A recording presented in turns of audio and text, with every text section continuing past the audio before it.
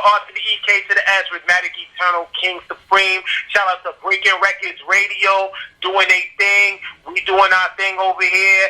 Things is in the building. Hey yo, it's your boy Monster Man Rocco. It's your boy Swagger Rock. This is Snack the Ripper. And you have to go, you don't know. This is Master Ace. You are now rocking with the best. Breaking Records Radio. Breaking Records, man. Breaking Records Radio. Breaking Records Radio. Breaking Records. Breaking Records. Breaking Records Radio.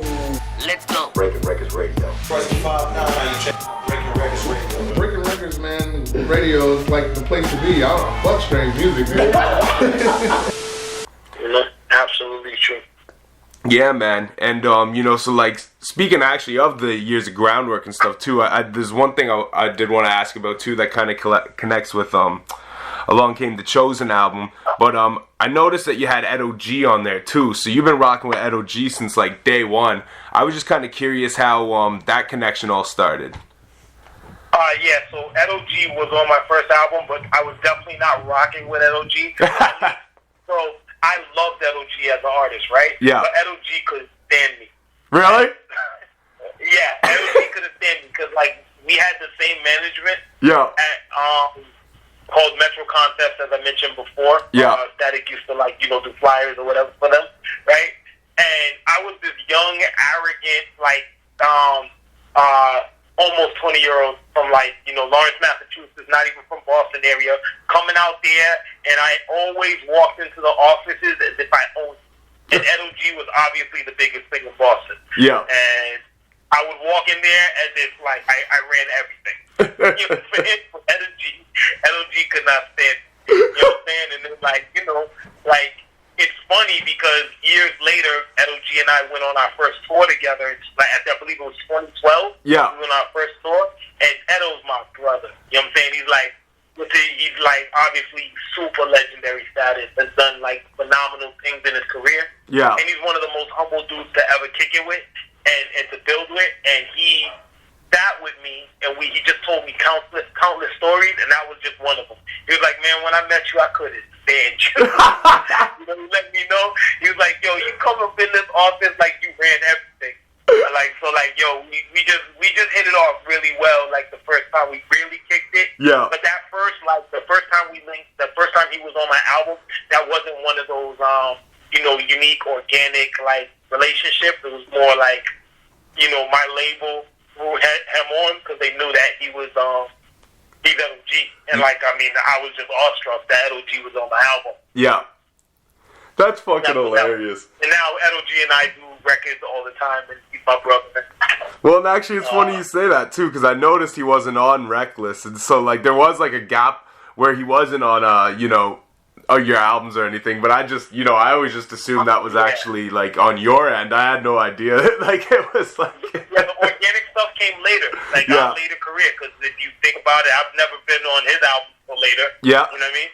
He wasn't throwing me on any of his albums.